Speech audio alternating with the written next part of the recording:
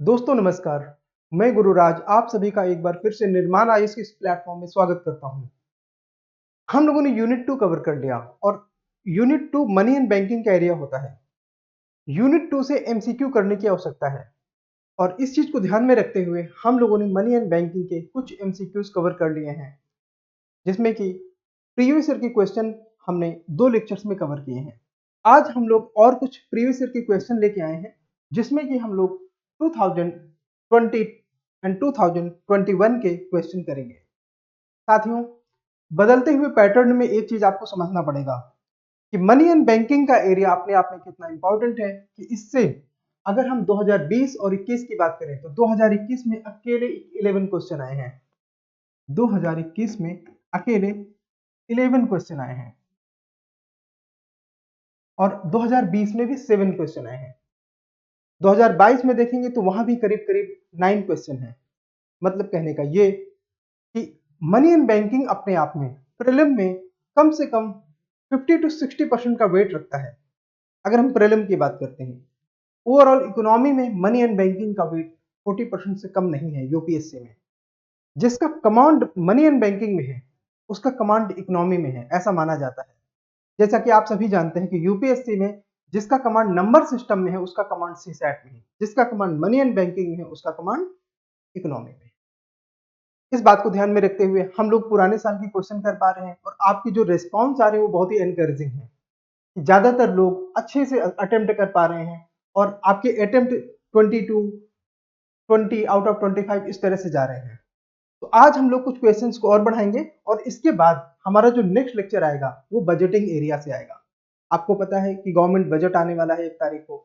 फिर उसके बाद से हम लोग जो रिसेंट बजट होगा उसका डेटा अपने लेक्चर्स में इन्वॉल्व करते हुए बजट के लेक्चर को आगे बढ़ाएंगे। बजट के फंडामेंटल हम लोग आने वाली क्लास में करेंगे, इस क्लास के तुरंत बाद जो क्लास आएगी उसमें। ठीक है, तो इस सेशन को जल्दी से समाप्त करते हैं। हाँ, ये है उसी तरह से। एंड नाउ क्वेश्चन है कि भारतीय अर्थव्यवस्था के संदर्भ में आप लोग देखिए और मेरे साथ में अटेम्प्ट करते चलिए। भारतीय अर्थव्यवस्था के संदर्भ में निम्नलिखित पर विचार कीजिए। एक ही क्वेश्चन में 2020 में वाणिज्यिक पत्र, certificate of deposit, call money and zero coupon bond के बारे में पूछा गया था। 4 कॉन्सेप्ट इन जस्ट 1 क्वेश्चन। ये है लेवल ऑफ इकोनॉमी। यूपीएससी ने ये चेंजेस करे हैं। जिन लोगों ने अपना इकोनॉमी में कमांड नहीं बनाया है उनको दिक्कत हो सकती है। यह है level of complexity which UPSC asked in its examination. तो हम लोग इसको सॉल्व करने की कोशिश करेंगे। सबसे पहला स्टेटमेंट है कि वाणिज्यिक पत्र एक अल्पकालिक नॉन सिक्योर्ड प्रोमिसरी नोट है। हाँ, ये सही है। ये बड़ी कंपनियों द्वारा शॉर्ट टर्म के लिए, फाइनेंस की अवेलेबिलिटी के लिए, वित्त की प्राप्तियों के लिए ये प्रोमिसरी नोट इशू किए जाते हैं, जिनको वाणिज्यिक पत्र कहा जाता है। जैसे कि नाम से ही मेंशन है कॉमर्शियल पेपर, तो कॉमर्शियल मतलब बड़ी कंपनियां इसे इशू करती हैं। ठीक है। दूसरा, सर्टिफिकेट ऑफ डिपॉजिट एक लंबी अवधि का इंस्ट्रूमेंट है जो आरबीआई द्वारा किसी कॉर्पोरेशन को जारी किया जाता है। पहली बात तो इसमें देखने वाली चीज है, ये है क्या सर्टिफिकेट ऑफ इशू। इन चीजों को चेक करिए। ठीक है। जब हम बैंक में पैसा जमा करते हैं और उसके अगेंस्ट में बैंक हमें कोई सर्टिफिकेट इशू करता है, जिसके आधार पर हम कोई भी ट्रांजैक्शन को पूरा कर सकते हैं। ठीक है। ऐसी कंडीशन पे हम उसे, ऐसे डिपॉजिट को सर्टिफिकेट ऑफ डिपॉजिट कहते हैं। ऐसे सर्टिफिकेट को सर्टिफिकेट ऑफ डिपॉजिट कहते हैं क्योंकि वो हमारे डिपॉजिट के अगेंस्ट में हमको दिया जाता है। नाम से ही स्पष्ट है, बहुत आसान है। हाँ, तो इसका मतलब यह है कि हम जब पैसा जमा करते हैं तो कॉमर्शियल बैंक वो हमको इशू करती है, मतलब कि ये तो गलत है। तो क्या ये लंबी अवधि का होता है? उत्तर है नहीं, ये लंबी अवधि का नहीं होता, ये शॉर्ट टर्म का होता है। तो अपने आप में 2 एलिमिनेटेड, एलिमिनेटेड। अब क्योंकि 1 सही है तो आप आंसर में यहीं से पहुंच गए, 1 एंड 3। देखना, देखा आपने एलिमिनेशन मेथड किस तरह से इफेक्टिव होता है एग्जामिनेशन में। दूसरा चेक करते हैं। 3 तो बाय डिफॉल्ट सही होना चाहिए। कॉल मनी एक अल्पकालिक वित्त है, हाँ है, जिसका उपयोग इंटर बैंक लेन देन के लिए किया जाता है। अगर ये 1 दिन के लिए लिया जाए तो इसे कॉल मनी कहते हैं, अगर इसे 14 दिन तक के लिए लिया जाए तो इसे नोटिस मनी। और ये इंटर बैंक के बीच में, जैसे मान लीजिए अपनी एनडीटीएल से संबंधित रिक्वायरमेंट को पूरा करने के लिए, अपनी सीआरआर से संबंधित रिक्वायरमेंट को पूरा करने के लिए, लिक्विडिटी से संबंधित अपनी रिक्वायरमेंट को पूरा करने के लिए, अगर कोई बैंक दूसरी बैंक से शॉर्ट टर्म के लिए पैसा लेती है तो उसे हम कॉल मनी बोलते हैं। ठीक है। नाउ व्हाट इज जीरो, तो ये अपने आप में सही है 1 एंड 3, उसमें तो डाउट ही नहीं होना चाहिए। ठीक है। अब 4 गलत क्यों है ये समझना जरूरी है। जीरो कूपन बॉन्ड अनुसूचित वाणिज्यिक बैंकों द्वारा निगमों को जारी किए गए ब्याज वाले अल्पकालिक बॉन्ड हैं। देखो, जीरो कूपन बॉन्ड अल्पकालिक बॉन्ड होते हैं, ये सही है, जिसका उदाहरण है ट्रेजरी बिल। ठीक है। लेकिन वो जीरो कूपन है। जीरो कूपन अपने आप में ही ये इंडिकेट करता है कि इसमें कोई भी इंटरेस्ट नहीं दिया जाएगा, ये फेस वैल्यू पर इशू होंगे, जैसे कि ट्रेजरी बिल, ये इसका उदाहरण है। ठीक है।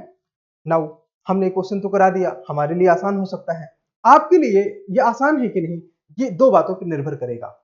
पहले तो आप लोग कमेंट करके बताएंगे कि आप इसका सही आंसर कर पाए थे कि नहीं, और अगर आपने कर पाया तो ये बहुत अच्छी बात है। अगर आप नहीं कर पाए तो आपको 2 बातों में ध्यान देना पड़ेगा। क्या? अच्छा, ये हो गया।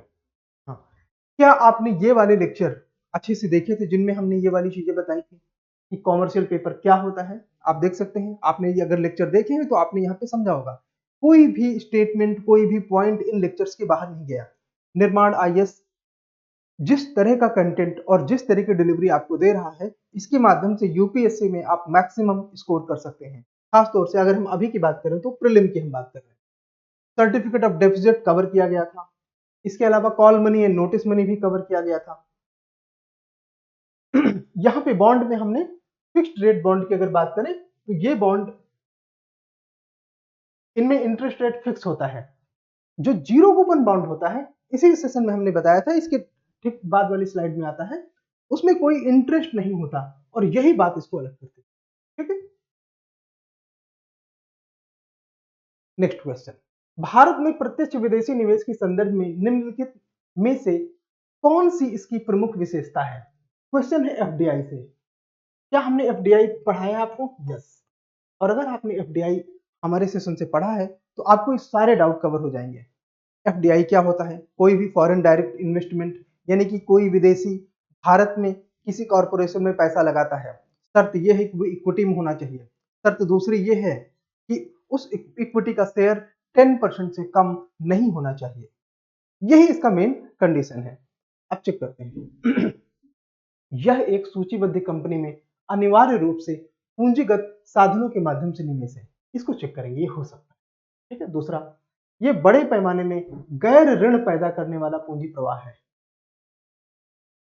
गैर ऋण पैदा करने वाला पूंजी प्रवाह है और बड़े पैमाने में लिखा है, तो क्या ये नॉन डेट क्रिएटिंग है? ये अपने आप में समझना महत्वपूर्ण है कि एफडीआई अगर भारत में आता है तो क्या ये नॉन डेट क्रिएटिंग है? It is largely non debt creating. तो हमें इस कथन पे भी विचार करना चाहिए। ठीक है। इस कथन पे भी हमें विचार करना। यह वह निवेश है जिसमें ऋण सेवा शामिल है। It is the investment which involve debt servicing. देखो, अब डेट सर्विसिंग क्या होता है? आपने किसी से लोन लिया, उस लोन के अगेंस्ट में कोई भी प्रिंसिपल या इंटरेस्ट आपने पे किया तो उसे डेट सर्विसिंग कहते हैं। उधार की अदा करने की प्रवृत्ति को डेट सर्विसिंग कहते हैं, ऋण सेवा कहते हैं। तो ये तो अपने आप में सीधे सीधे बाहर हो गया, ये सिंपल है। ये सरकारी प्रतिभूतियों में विदेशी संस्थागत निवेशकों द्वारा किया गया। अब देखो, विदेशी संस्थागत मतलब FII, फॉरेन इंस्टीट्यूशनल इन्वेस्टमेंट उसे बोलते हैं जब कोई भी इन्वेस्टमेंट किसी विदेशी संस्था के द्वारा आया हो, भारत की किसी कंपनी में लगा हो और वो 2 कंडीशन को पूरा करता हो। पहला, वो 10% से अधिक ना हो, मतलब इसे लेस देन 10% होना चाहिए। तो दूसरी कंडीशन क्या है? वो डेट एंड इक्विटी दोनों में हो सकता है। ये एक डिफरेंट आपको नोट करना पड़ेगा, क्योंकि जो FII है वो फॉरेन पोर्टफोलियो इन्वेस्टमेंट में इन्वेस्ट किया जाता है। DI फॉरेन डायरेक्ट इन्वेस्टमेंट जो होता है वो केवल इक्विटी में किया जाता है, वो डेट में नहीं किया जाता। ठीक है, ये अगर आपने नोट किया तो अब हम सिर्फ दो कथनों पर विचार करने के लिए हमारे पास बचा है। ये सूचीबद्ध कंपनी में अनिवार्य रूप से पूंजीगत साधनों के माध्यम से निवेश किया जाता है। देखो, पूंजीगत साधन हो सकता है, अनिवार्य रूप से नहीं। अनिवार्य रूप से सूचीबद्ध कंपनी में जरूरी नहीं। ठीक है, इस वजह से कथन गायब हो जाएगा और ये सही होगा। ठीक है, ये अपने आप में नॉन डेट क्रिएटिंग है। यस, ये अनिवार्य रूप से नहीं होता। यहां पे कहने का मतलब है कि अनिवार्य रूप से सूचीबद्ध कंपनी में नहीं होता है। एसेंशियली इन लिस्टेड कंपनी में ये बात गलत है। ठीक है, अब यहां पे आपने डिटेल में एफआईआई और एफडीआई का अंतर समझा। यूनिट 2 के इस लेक्चर में हमने एफडीआई के पूरे कॉन्सेप्ट और फंडामेंटल डिस्कस किए थे। उसके बाद हमने एफडीआई और एफआईआई का अंतर दिखाया था।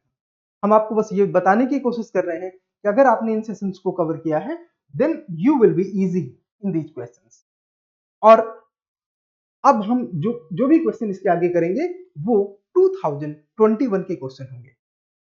तो साथियों, इन प्रश्नों को आप ध्यान से देखिए, अटेम्प्ट करिए और बताइए कहां पे दिक्कत आ रही है। अगर हमारे पढ़ाने के बाद आपका अटेम्प्ट सही नहीं हो रहा तो ऐसे में पढ़ाई में कुछ ना कुछ दिक्कत है। लेकिन अगर आप एक्यूरेटली कम से कम 70 to 80% क्वेश्चन को सही कर पा रहे हैं, इसका मतलब आपकी गाड़ी सही दिशा में जा रही है। ठीक है, अगला प्रश्न है, आप में से अटेम्प्ट करते रहिए मेरे साथ। किसी अर्थव्यवस्था में मनी मल्टीप्लायर निम्नलिखित में से किससे बढ़ता है? मनी मल्टीप्लायर हमने आपको बताया था कि जैसे अगर 100 रुपए किसी टाइम में इशू किया जाए, हाँ, सेंट्रल बैंक के द्वारा, रिजर्व बैंक के द्वारा, तो ये 100 रुपए किस तरह से मल्टीप्लाई करें कि इसकी वैल्यू बढ़ती चली जाए, वो होता है मनी मल्टीप्लायर इफेक्ट। ठीक है, इसका एक तरीका है कि अगर आप सीआरआर घटा दें, जैसे मान लीजिए सीआरआर है 4%। ठीक है, क्योंकि अगर 4% सीआरआर है मतलब ये कि 4 रुपए इसमें से कम हो जाएगा, बचेगा 96%। हाँ, हमको चेक करना है ना, बढ़ता है, बचेगा 96%। अगर आप सीआरआर को कम कर दें, ठीक है, तो ये 96% 97 हो सकता है। तो जब 97% अगर मार्केट में लोन दिया जा सकता है, एसएलआर को जीरो मान लेते हैं कुछ समय के लिए, तो इसमें से मनी मल्टीप्लाइंग इफेक्ट बढ़ सकता है। ठीक है, तो हमने क्या कहा कि सीआरआर को कम होना चाहिए। अब हमारे पास फ्रैक्शनल रिजर्व में सीआरआर और एसएलआर दोनों चीजें हैं, तो सीआरआर और एसएलआर दोनों को कम करने से आप मनी को लोन के लिए ज्यादा अमाउंट में उपलब्ध करा सकते हैं। जब ज्यादा अमाउंट में मनी लोन के लिए उपलब्ध होगी तो उसकी मल्टीप्लाइंग इफेक्ट बढ़ती चली जाएगी। जैसे अगर बैंक के पास 100 रुपए हैं, उसने किसी को लोन दिया, उसे पता है कि ये 10 तारीख को लोन वापस आ जाएगा, तो उससे पहले वो किसी और को लोन दे सकता है या लोन की गारंटी कर सकता है, मतलब उसमें क्रेडिट क्रिएशन बैंक कर सकता है। ये तो बैंक का हुनर है। ठीक है, तो इस तरह से मनी की मल्टीप्लिसिटी बढ़ती है, गुणक बढ़ता है। अब देखते हैं, बैंकों में नकदी आरक्षित अनुपात में वृद्धि गलत है, कमी होनी चाहिए, तो प्रश्न की मांग पूरी हो जाती है। बैंकों में वैधानिक तरलता अनुपात में यानी कि एसएलआर में वृद्धि, यह भी गलत है, एसएलआर का कम होना चाहिए। लोगों की बैंकिंग आदत में वृद्धि, इसमें विचार कर सकते हैं। देश की जनसंख्या में वृद्धि, ये तो अपने आप में वियर्ड क्वेश्चन है, स्टेटमेंट है, क्योंकि जनसंख्या वृद्धि का मनी से कोई डायरेक्ट रिलेशन स्टैब्लिश नहीं है अर्थशास्त्र के सिद्धांतों के द्वारा। अगर आप अप्लाइड नेचर के माध्यम से कोई ऐसा रिलेशन डेवलप करने की कोशिश करेंगे तो बढ़ती हुई जनसंख्या इकोनॉमी में भार बढ़ाती है। ठीक है, तो लोगों की बैंकिंग आदत में वृद्धि, यही अपने आप में सही कथन होगा। क्यों?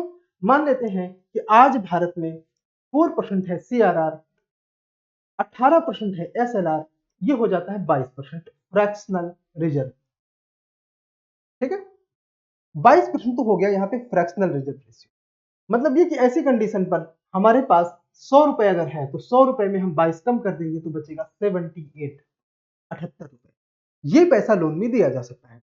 अब अगर लोगों की बैंकिंग हैबिट ज्यादा है तो मैं लोन लेता हूं, मैं अपने पैसे से कोई इन्वेस्टमेंट करना चाहता हूं जिसके माध्यम से मैं अपना फिर से बैंक में पैसा जमा करता हूं, बैंक फिर किसी को लोन देती है, फिर तीसरा व्यक्ति, और ये साइकिल चलती चली जाती है। मतलब ये कि लोगों की जितनी ज्यादा बैंकिंग हैबिट होगी, मनी मल्टीप्लिसिटी उतनी ज्यादा होगी, मुद्रा गुणक उतना ज्यादा होगा। कॉन्सेप्ट हमने डिस्कस किया। क्या ये आपको पढ़ाया गया था? यस, इन वेरी मैथमेटिकल वे। ठीक है, बस ये तो दिखाने का आपको उद्देश्य है कि हाँ, हमने मनी मल्टीप्लायर आपको किस तरह डिटेल में पढ़ाया है। जिन लोगों ने लेक्चर देखा है उनको दोबारा जिंदगी में अपने इसे रिवाइज भी नहीं करना पड़ेगा, और उनको मनी मल्टीप्लायर हमेशा के लिए बात समझ में आए। Money creation, money in circulation, money multiplying effect, ये सब चीजें हम लोगों ने बिल्कुल एक डिटेल से टेबल टू टेबल पढ़ी है। ठीक है, द नेक्स्ट वन इज भारतीय अर्थव्यवस्था के संदर्भ में मांग प्रेरित मुद्रास्फीति, मतलब ये कि डिमांड पुल इन्फ्लेशन क्या होता है? डिमांड पुल इन्फ्लेशन क्या होता है, उसके आधार पर पूछा गया है कि निम्नलिखित में से डिमांड पुल इन्फ्लेशन किसके कारण बढ़ता है। ठीक है, डिमांड पुल इन्फ्लेशन क्या है? हाँ, demand pull inflation can be caused या increased by which of the following. देखो, मांग बढ़ेगी तो डिमांड पुल इन्फ्लेशन बढ़ेगा, जब डिमांड बढ़ेगी तो डिमांड पुल इन्फ्लेशन बढ़ेगा। डिमांड कब बढ़ती है? जब आपके हाथ में पैसा ज्यादा हो। आपके हाथ में पैसा कब ज्यादा होता है? जब आपकी सैलरी बढ़ती है, आपका बिजनेस अच्छा चलता है, आप आरबीआई से लोन ले सकते हैं, ज्यादा सस्ती दरों में ले सकते हैं। ऐसी परिस्थितियों में आपके पास पैसा ज्यादा होगा, और जब आपके पास पैसा ज्यादा होगा तो आप ज्यादा आसानी से उसे खर्च कर सकते हैं। ऐसी कंडीशन पे हम डिमांड पुल इन्फ्लेशन की ओर बढ़ जाते हैं। तो देखते हैं किन किन परिस्थितियों में डिमांड पुल इन्फ्लेशन बढ़ सकता है। देखो, ऐसे प्रश्नों को सॉल्व करने का तरीका है कि अगर इसमें आपको दो गलत कथन प्राप्त हो जाएं, if you reach to the two wrong statement, three wrong statement, then you will be at right answer easily. Now अब देखिए, विस्तारित नीतियां, एक्सपेंशनरी पॉलिसीज। तो जब भी आरबीआई एक्सपेंशनरी पॉलिसी फॉलो करता है तो वो अपनी इंटरेस्ट रेट को घटाता है, रेपो रेट, सीआरआर, एसएलआर, जितने फ्रैक्शनल रिजर्व हैं उनको भी घटाता है। तो वैसी कंडीशन पे ज्यादा मनी की सप्लाई बैंकों की ओर होगी, और बैंकों से जनता ज्यादा पैसा ले सकती है तो ज्यादा खर्च कर सकती है। हाँ, डिमांड पुल इन्फ्लेशन कर सकती है। ठीक है, राजकोषीय प्रोत्साहन, मॉनेटरी पॉलिसी के माध्यम से जो एक्सपेंशनरी इफेक्ट होता है, राजकोषीय प्रोत्साहन वो फिस्कल पॉलिसी के माध्यम से गवर्नमेंट कर सकती है, तो ये भी अपने आप में इन्फ्लेशनरी है। मुद्रा स्फीति सूचकांक मजदूरी, मतलब इन्फ्लेशन इंडेक्सिंग ऑफ वेजेस, ये चेक करेंगे कि अगर सैलरी को, वेजेस को इन्फ्लेशन से इंडेक्स्ड कर दिया जाए तो क्या वो डिमांडेबल इन्फ्लेशन करेंगे, ये चेक करेंगे। दूसरा, तीसरा हो गया, चौथा, उच्च क्रय शक्ति, हाई परचेजिंग पावर, इसे चेक करेंगे। राइजिंग इंटरेस्ट रेट, बढ़ती ब्याज दरें, इसे चेक करेंगे। और अगर आप ऐसे मामले में गलत कथन पे पहुंच जाएं तो बहुत आसानी से इसे सॉल्व कर सकते हैं। तो जैसे कि जब बैंक ब्याज दरों को बढ़ाती है, तो बैंक ब्याज दरों को कब बढ़ाएगी? जब आरबीआई अपनी इंटरेस्ट रेट बढ़ाएगी। कौन सा? रेपो रेट या फ्रैक्शनल रिजर्व। तो बैंकों को जनता से पैसा चाहिए होगा तो बैंक अपना इंटरेस्ट रेट बढ़ाएंगे। तो बैंक अपना इंटरेस्ट रेट बढ़ाएंगे तो आप पैसा खर्च ना करके बैंक में पैसा जमा करेंगे, क्योंकि आपको ज्यादा ब्याज मिल रहा है, आपका पैसा कम अवधि में दूना हो सकता है ना? ये तो गलत है, और इस आधार पे आप आंसर तक पहुंच जाते हैं। हाउ इजी, देखा आपने कितना आसान था।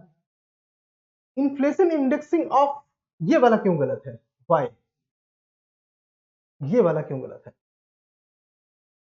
इन्फ्लेशन इंडेक्सिंग ऑफ वेजेस, देखो, इन्फ्लेशन इंडेक्सिंग ऑफ वेजेस का क्या मतलब है?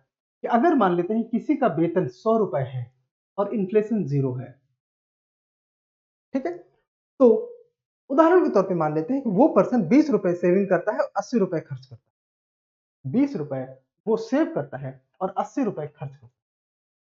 अब अगर इस वेज को इन्फ्लेशन के साथ इंडेक्स कर दिया जाए, मतलब ये कि किसी टाइम में अगर 10% इन्फ्लेशन आ जाए, तो उसका जो वेतन है वो हो गया 110, क्योंकि वो इन्फ्लेशन से इंडेक्स्ड है ना। तो इस कंडीशन पर वो अभी भी 20%, जो 100 का अगेंस्ट 20 है, वो 110 के अगेंस्ट 20% हो जाएगा। तो वो 20% सेव करेगा और 80% खर्च करेगा। इसका मतलब ये इसका मतलब ये कि क्या ये चीज इन्फ्लेशनरी है? उत्तर है नहीं, क्योंकि वो इन्फ्लेशन के साथ इंडेक्स्ड है, इन्फ्लेशन के साथ चलता है। इसका मतलब वो इन्फ्लेशनरी नहीं है, मतलब वो मुद्रास्फीति कारक नहीं है। तो ये अपने आप में एलिमिनेट हो रहा है। ये तो हमने बता ही दिया क्यों हो रहा है। किसी को दिक्कत कमेंट सेक्शन में पूछिए। आजकल मैं ज्यादातर कमेंट देखता हूं, या हमारे कोई ना कोई मेंटर देखते हैं तो रिप्लाई जरूर करते हैं। ठीक है, नेक्स्ट। अब आप देखो डिमांड पुल इन्फ्लेशन को हमने किस तरह से समझा था। ठीक है, भारत के संदर्भ में निम्नलिखित कथनों पर विचार कीजिए। With reference to India, consider the following statement. खुदरा निवेशक डीमैट खाते के माध्यम से प्राथमिक बाजार में ट्रेजरी बिल और भारत सरकार के ऋण बॉन्ड में,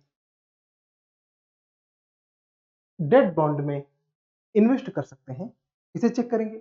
नेगोशिएटेड इसे चेक करेंगे। Negotiated dealing system ordering matching भारतीय रिजर्व बैंक का एक सरकारी प्रतिभूति व्यापार मंच है। ये सब देखेंगे। ठीक है, कोई बहुत इजी होगा उसे एलिमिनेट कर देंगे अभी तुरंत का तुरंत।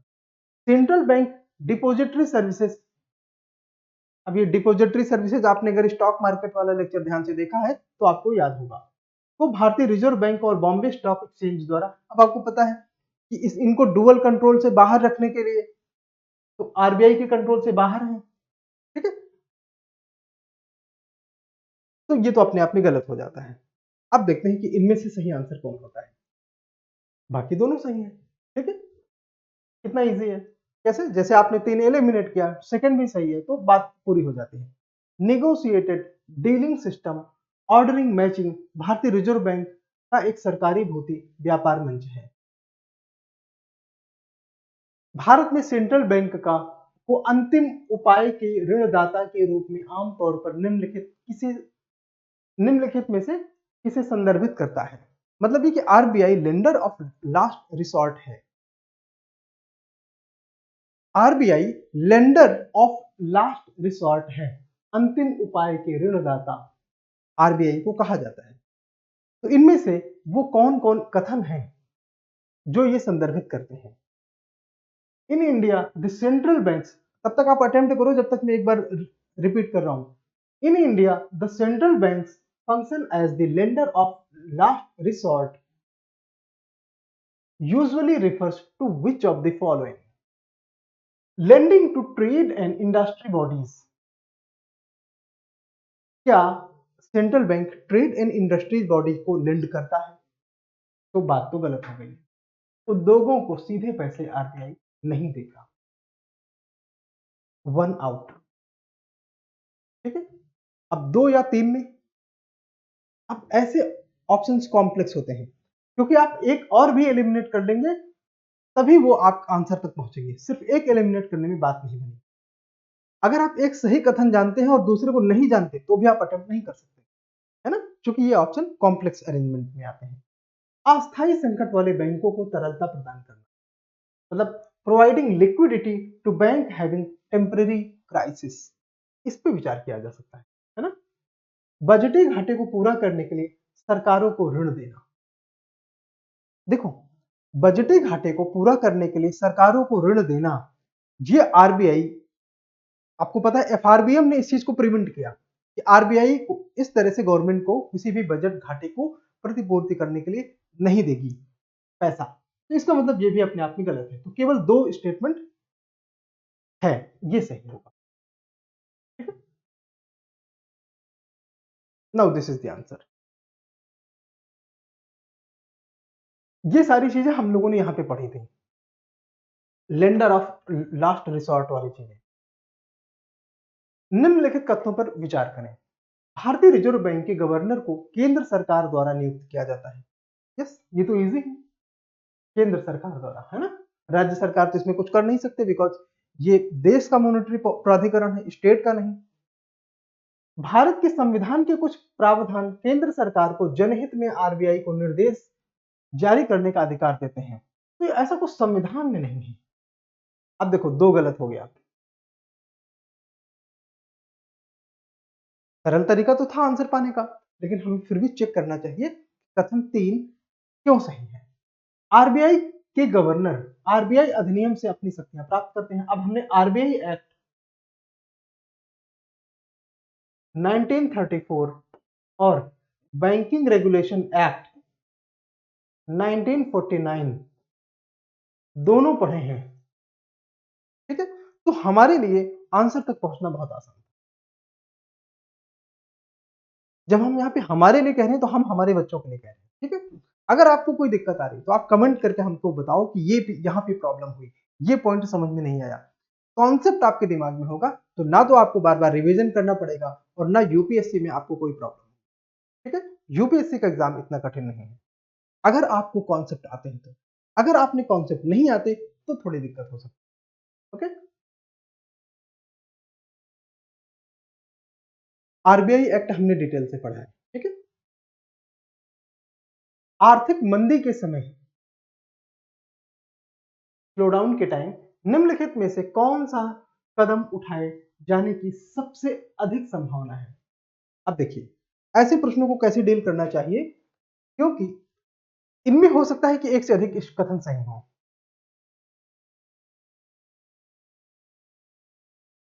तो हमको पता होना चाहिए कि अप्रोप्रिएट की बात नहीं हो रही, केवल मोस्ट अप्रोप्रिएट की बात हो रही है। कथन सही होने की केवल बात नहीं हो रही, कथन सबसे अधिक सही होने की बात हो रही है। हम इस बात पे ध्यान देंगे, ठीक है। अगर आर्थिक मंदी है, मंदी का मतलब क्या हुआ कि लोगों के हाथ में पैसा नहीं खरीदने के लिए, बैंकों के हाथ में पैसा नहीं लोगों को लोन देने के लिए। इकोनॉमिक क्राइसिस इन जनरल कैसे समझी जाती है, स्लो डाउन कैसे समझा जाता है कि बाजार की जो गतिविधियां हैं वो धीमी है, बेचने वालों के पास सामान कम है, बनाने के लिए पैसा कम है, खरीदने वालों के पास खरीदने के लिए पैसा। ऐसी परिस्थिति को इन जनरल स्लो डाउन कहते हैं, ठीक है। अब अगर इकोनॉमी अपने आप में कॉन्ट्रैक्ट हो रही है क्योंकि बाइंग एंड सेलिंग की जो गतिविधियां हैं वो कम है, वो स्लो हैं, वो वीक हैं, तो वैसी परिस्थिति में हमें इकोनॉमी को बूम देने की जरूरत पड़ती है, पुश देने की जरूरत पड़ती है। मतलब ये कि मॉनेटरी प्राधिकरण भारत में जैसे कि आरबीआई ऐसे टाइम में इकोनॉमी को एक्सपेंड करना चाहेगी, रेपो रेट को घटाएगी, सीआरआर एसएलआर को घटाएगी, जिसके माध्यम से बैंकों के पास पैसा हो सके, बैंक अपने ग्राहकों को पैसा लोन में दे सके, जिससे ग्राहक अपनी इकोनॉमिक एक्टिविटी में पैसा लगा सके, ठीक है।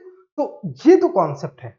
अगर आपने ये कॉन्सेप्ट समझा तो आपके लिए अब कथन प्राप्त करना या एलिमिनेट करना आसान हो जाएगा। चेक करेंगे कि किसके सबसे अधिक संभावना है आर्थिक मंदी के द्वारा कदम के तौर पर ब्याज दर में वृद्धि के साथ कर दरों में कटौती। अगर ब्याज दर वृद्धि कर दिया जाए, इंटरेस्ट रेट बढ़ा दिया जाए, आप चाहे जमा दर की बात करें चाहे लेंडिंग रेट की बात करें, तो अगर जमा दर ज्यादा है तो लोग अपना पैसा बैंक में जमा करेंगे ज्यादा रिटर्न के लालच में। लेंडिंग रेट ज्यादा है तो बैंक पैसा देने के लिए तो तैयार होगी, लेकिन ग्राहक लोन लेने के लिए तैयार नहीं होगा। बाहर सार्वजनिक परियोजनाओं पर व्यय में वृद्धि, इस पे विचार करेंगे, ठीक है। ब्याज दर में कमी के साथ कर दरों में वृद्धि। देखो, ब्याज दर में कमी तो समझ में आया, अगर कर की दरों में वृद्धि कर दिया जाएगा तो जनता के हाथ का पैसा कहां चला जाएगा, सरकार के पास, गवर्नमेंट के पास।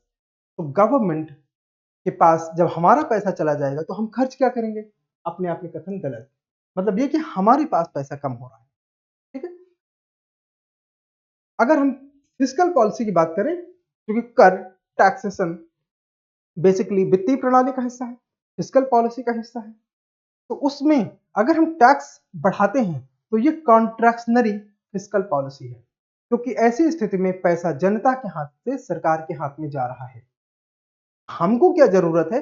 एक्सपेंशनरी फिस्कल पॉलिसी की, ताकि हम इकोनॉमी को एक्सपेंड कर सकें, तो उसके लिए कर में कटौती की जानी चाहिए।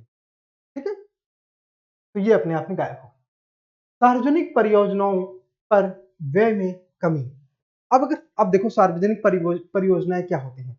जैसे मान लीजिए कोई भी इंफ्रा क्रिएट करना है, कोई भी गवर्नमेंट लॉन्ग टर्म पॉलिसी लेके आती है, तो उसके माध्यम से गवर्नमेंट खर्च करती है। अगर गवर्नमेंट खर्च करेगी तो लोगों को रोजगार मिलेगा, लोगों को सैलरी मिलेगी, काम मिलेगा, है ना। तो लोगों के हाथ में पैसा आएगा, लोग खर्च करेंगे, तो हम मंदी से उबर सकते हैं। लेकिन अगर आप उसमें कमी कर दोगे तो बात नहीं बनेगी। तो हम लोग आंसर तक पहुंच गए। सार्वजनिक परियोजनाओं में व्यय में वृद्धि करना चाहिए।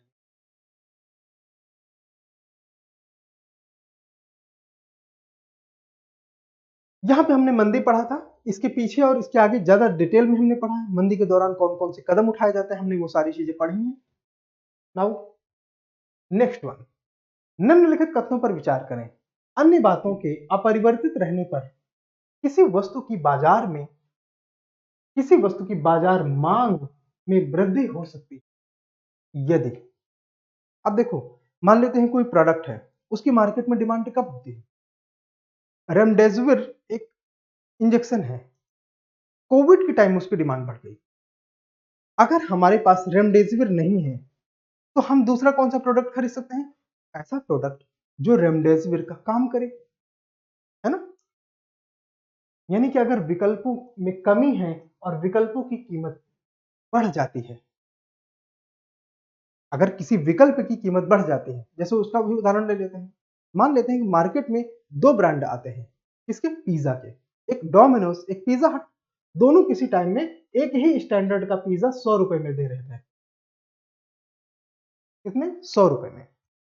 अब अगर मान लेते हैं डोमिनोज का पिज्जा और पिज्जा हट का पिज्जा दोनों है, ठीक है, इसमें से डोमिनोज का पिज्जा 110 का हो जाए तो इसकी डिमांड बढ़ जाएगी। आप इसी के पास ना जाएंगे। Are you getting my point? Yes, मतलब कि विकल्पों की अगर लागत बढ़ जाए तो फिर उस उत्पाद की मांग बढ़ जाती है। ठीक? उसका और दूसरा उदाहरण समझ लेते हैं, थोड़ा सस्ता उदाहरण है ना। गेहूं और चावल, मान लेते हैं दो ही चीजें खाने की बाजार में मिलती है। ठीक, अगर किसी टाइम में गेहूं के भाव बढ़ने शुरू हो जाए तो चावल के डिमांड अपने आप बढ़ जाएगी, क्योंकि जो जिनके पास पैसा कम है वो चावल में अपना सहारा ढूंढेंगे, है ना। तो ये इस तरह से कथन सही हो जाता है। इसके पूरक की डिमांड बढ़ जाती है, प्राइस ऑफ कॉम्प्लीमेंट इंक्रीज। अब देखो कॉम्प्लीमेंट्री गुड्स कौन से होते हैं, पहले ये पता होना चाहिए। तो कॉम्प्लीमेंट्री गुड्स वो होते हैं जैसे कार और तेल, है ना। कार और पेट्रोल या गैस, वो दोनों एक दूसरे के कॉम्प्लीमेंट्री प्रोडक्ट हैं, दोनों एक दूसरे पर डिपेंड हैं। एसी और इलेक्ट्रिसिटी का बिल, अगर इलेक्ट्रिसिटी का बिल बहुत महंगा है तो आप एसी कम खरीदेंगे। अगर एसी बहुत सस्ता है तो आप इलेक्ट्रिसिटी के बिल को इग्नोर कर सकते हैं या ज्यादा पे कर सकते हैं इलेक्ट्रिसिटी पे। तो मतलब ये कॉम्प्लीमेंट्री गुड्स में रिलेशन कुछ इस प्रकार का होता है कि अगर एक कॉम्प्लीमेंट्री गुड्स की प्राइस सस्ती होती है तो उसका जो कॉम्प्लीमेंट्री गुड्स है उसका डिमांड बढ़ जाता है। ठीक है, मतलब सस्ता एसी होगा तो लोग ज्यादा बिजली खर्च करेंगे, तो इसकी पूरक की कीमत बढ़ जाती है, तो बढ़ने पे बात बिगड़ जाती है। अगर बात बढ़ गई तो उसकी मांग में वृद्धि, उसका जो कॉम्प्लीमेंट्री गुड्स होगा, उसका जो पूरक वस्तु होगा, उसका डिमांड नहीं बढ़ेगा। गलत। ठीक है, वस्तु निम्नतर वस्तु है और उपभोक्ताओं की आय में वृद्धि हो जाती है। देखो जो इंफीरियर गुड्स होते हैं उनकी डिमांड तब बढ़ती है जब लोगों के पास पैसा कम हो। जैसे लोगों के पास पैसा ज्यादा आता है वो अक्सर हाई एंड प्रोडक्ट में इन्वेस्ट करना शुरू कर देते हैं। इसका एक उदाहरण समझते हैं। मान लेते हैं बाजार में मिलेट 20 रुपए किलो मिलता है और चावल 50 रुपए किलो मिलता है। ठीक है, ऐसी कंडीशन पर अगर जिनके हाथ पे पैसा कम होगा वो मिलेट पे डिपेंड होंगे, और मान लीजिए उनकी सैलरी और कम हो गई, तो क्या वो राइस की तरफ जा सकते हैं क्या? आंसर है नहीं। यानी कि इंफीरियर गुड्स की डिमांड तब बढ़ती है जब आपकी आय में कमी होती है, और यहां पे क्या बोल रहा है, आय में वृद्धि होती है बाहर, ठीक है। इसकी कीमत गिर जाती है। मान लेते जब अगर किसी वस्तु की कीमत गिर जाती है, जैसे मैंने बोला कि एसी की अगर कीमत गिर जाती है तो एसी की डिमांड बढ़ जाती है। यस,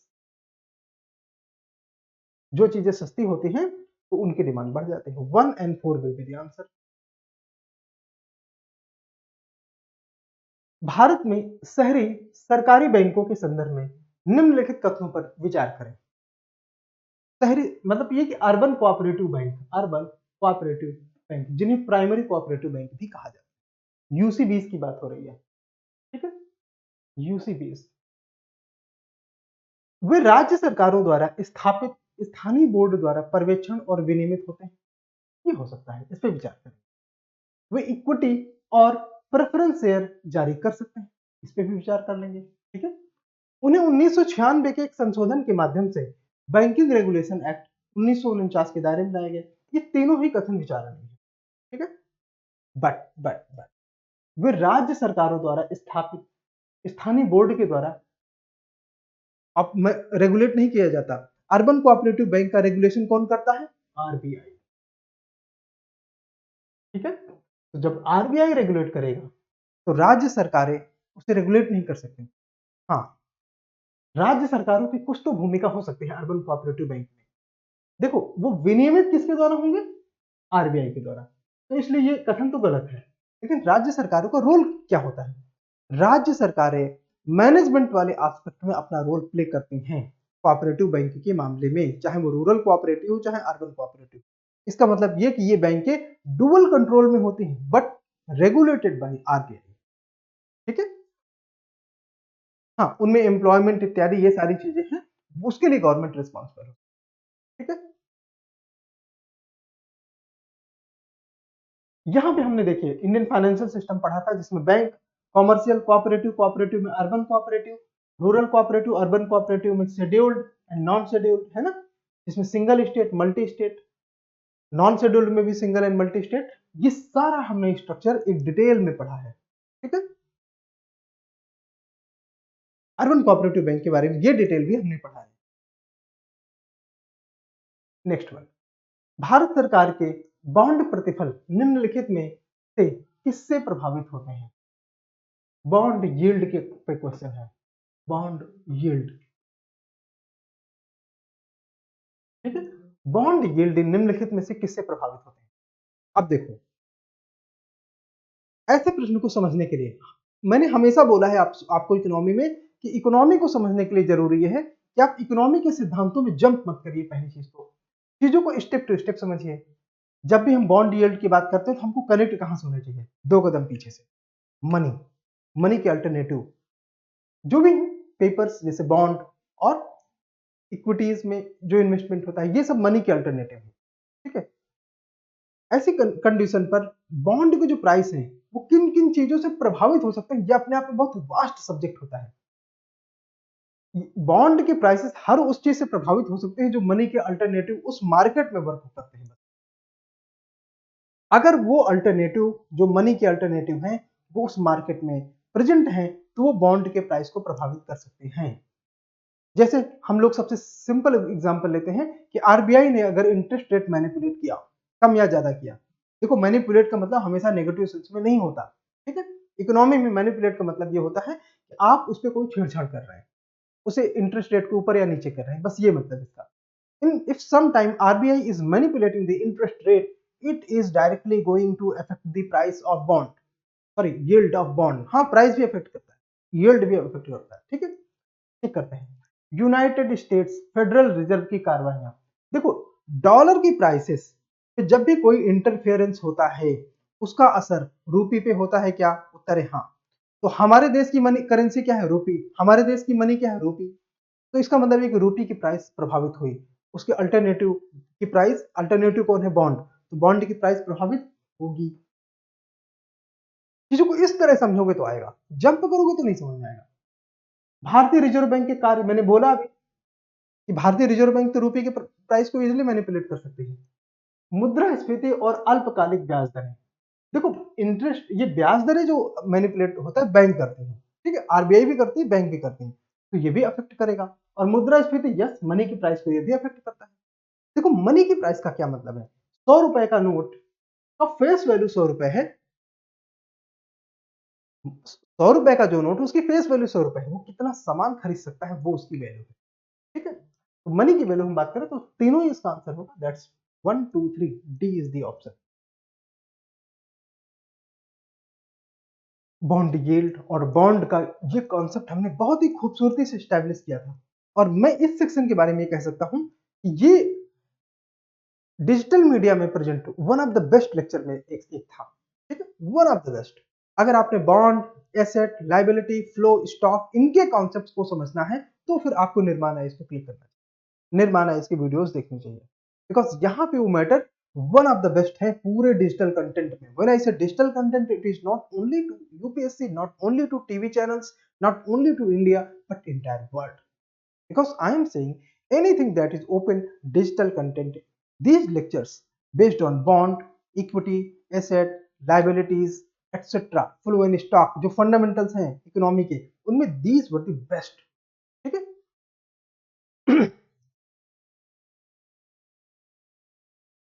निम्नलिखित पर विचार कीजिए। विदेशी मुद्रा परिवर्तनीय bond, foreign currency convertible bond. इससे पहले हमको समझना चाहिए कि क्वेश्चन क्या है, नीचे आते हैं। उपरोक्त में से, अच्छा ये मैं आपको बोलता क्यों हूं किससे पहले, क्योंकि आपको भी यही करना चाहिए, जब एग्जामिनेशन में ये परिस्थिति आए तो पहले प्रश्न देख लो, समय बचता है उससे। उपरोक्त में किसे प्रत्यक्ष विदेशी निवेश में शामिल किया जा सकता है, एफडीआई में किसे शामिल किया जा सकता है। कॉन्सेप्ट आपको मैंने बताया दो, इक्विटी में इन्वेस्टमेंट होना चाहिए, 10% से अधिक होना चाहिए, that's it. Foreign currency convertible bond, foreign currency convertible bond. दूसरा, foreign institutional investment with certain condition. देखो अगर एफ आई आई इक्विटी में इन्वेस्ट है और उसका अमाउंट 10% से अधिक है, तो ये कुछ शर्तों के साथ एफ आई आई को एफडीआई की कंडीशन में सेटिस्फाई करता है, उत्तर है यस। ठीक है, तो ये तो सही हो गया। इसके अलावा global depository receipts, GDR, ADR GDR हमने पढ़ा है, यस, एडीआर जीडीआर हमने काफी अच्छे से पढ़ा है। ठीक है, तो एडीआर जीडीआर चूंकि इक्विटी में इन्वेस्टमेंट होता है, तो जब भी वो 10% से अधिक होंगी, they will be satisfied to be called FDI. आसान है, यस। इसके अलावा नॉन रेजिडेंट एक्सटर्नल डिपॉजिट्स, देखो डिपॉजिट हमेशा जमा होता है और वो बैंक की लायबिलिटी होती है, तो वो तो इस कैटेगरी में नहीं आएगा, फोर एलिमिनेटेड। ठीक है, 1 2 3 में 2 3 तक हम पहुंच गए हैं, 2 3 कोई विकल्प नहीं, मतलब 1 2 3 सही होगा। अब हम 1 को चेक कर लेते हैं, 1 सही क्यों। देखो फॉरेन करेंसी कन्वर्टिबल बॉन्ड लिखा है, तो बॉन्ड तो अपने आप में एफडीआई नहीं हो सकता कभी भी। बड़ा सिंपल सा कॉन्सेप्ट इसका कि बॉन्ड कभी एफडीआई नहीं हो सकता, लेकिन फॉरेन करेंसी कन्वर्टिबल बॉन्ड की बात करें तो ये कन्वर्टिबल है, इस पे ध्यान दीजिए, कन्वर्टिबल है। कन्वर्टिबल किसमें है, इक्विटी में। तो जब भी ये इक्विटी में कन्वर्ट होगा और उसका percentage 10% out of total equity होगा, 10% आउट ऑफ टोटल इक्विटी होगा, they will be categorised under FDI. Are you getting my point, and if yes, otherwise comment करके पूछिए। ठीक है,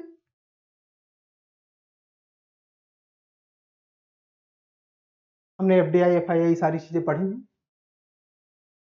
यस। हाँ, जिसको ज्यादा डिटेल चाहिए वो ये वाली स्लाइड पढ़ लेना, जितना मैंने आपसे बताया वो इधर लिखा हुआ है। निम्नलिखित कथनों पर विचार कीजिए। मुद्रा के अवमूल्यन शब्द पे ध्यान दीजिए, डिवैल्यूएशन की बात इधर है, हाँ, डिवैल्यूएशन की बात का प्रभाव यह है कि यह आवश्यक है, किन किन चीजों में आवश्यक हो रहा है देखते हैं हमें।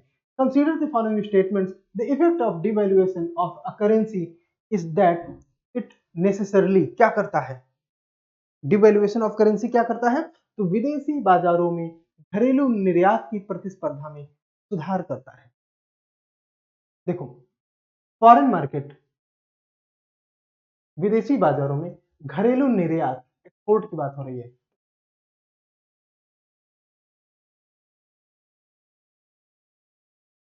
कि प्रतिस्पर्धात्मकता में सुधार करता है, इस पे विचार करेंगे।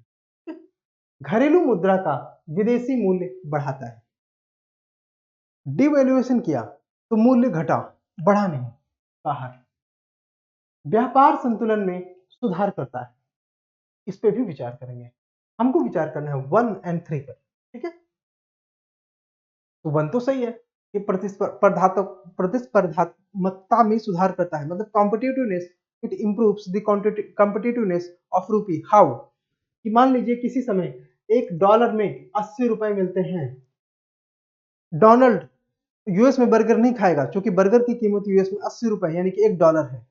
$1 में बर्गर मिलता है। इंडिया में 80 रुपए में 2 बर्गर मिलते हैं, है ना, 40-40 के 2। तो डोनाल्ड इंडिया में बर्गर खाएगा।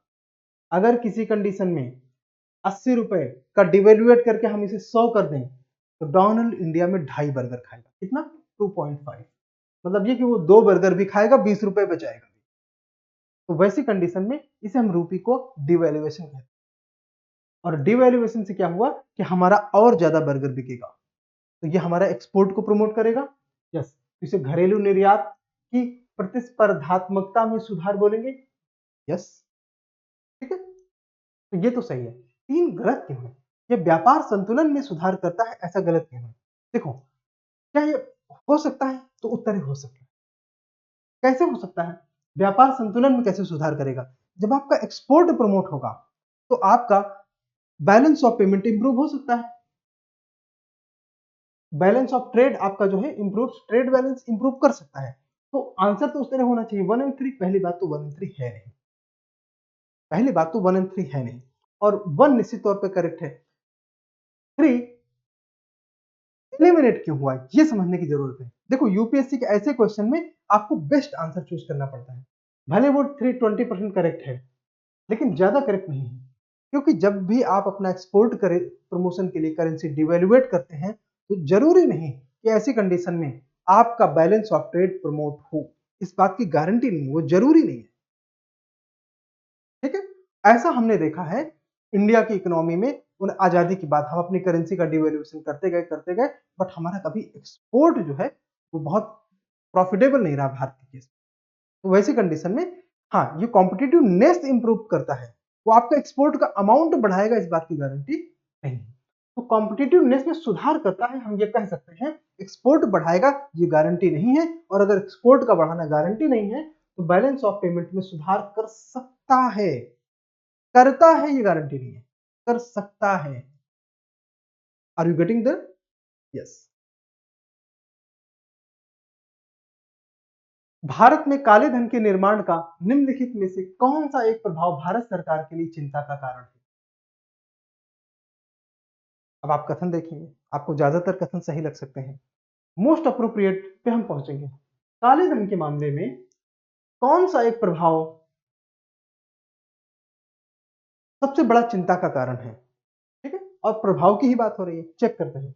अचल संपत्तियों की खरीद और लग्जरी आवास में निवेश के लिए संसाधनों का मोड़ हो सकता है। मतलब ये कि आप संसाधनों को उस दिशा में लगा सकते हैं, ऐसा पॉसिबल है ना? पॉसिबल है, ये लिख देते हैं, पॉसिबल है। अनुत्पादक गतिविधियों में निवेश और कीमती पत्थर जैसे कि डायमंड एक्सेट्रा, सोने इत्यादि की खरीद में, ये भी पॉसिबल है। काला धन इन चीजों में इन्वेस्ट होता है, इसमें कोई डिनाई नहीं, तो ये भी पॉसिबल है। राजनीतिक दलों का बड़ा दान और क्षेत्रवाद का विकास, ब्लैक मनी का ये भी यूज हो सकता है, ठीक है। कर अपवंचन के कारण राजकोष को राजस्व की हानि, loss of revenue to the state exchequer due to tax evasion, ये मोस्ट अप्रोप्रिएट है, क्योंकि काले धन की परिभाषा यही है कि वो टैक्स इवेडेड मनी है, टैक्स चोरी किया हुआ धन है।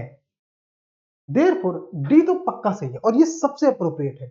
जरूरी नहीं कि काले धन से इनमें से कोई भी गतिविधि हो, but this is bound to happen, ठीक है। तो मोस्ट अप्रोप्रिएट के केस में डी इज द आंसर।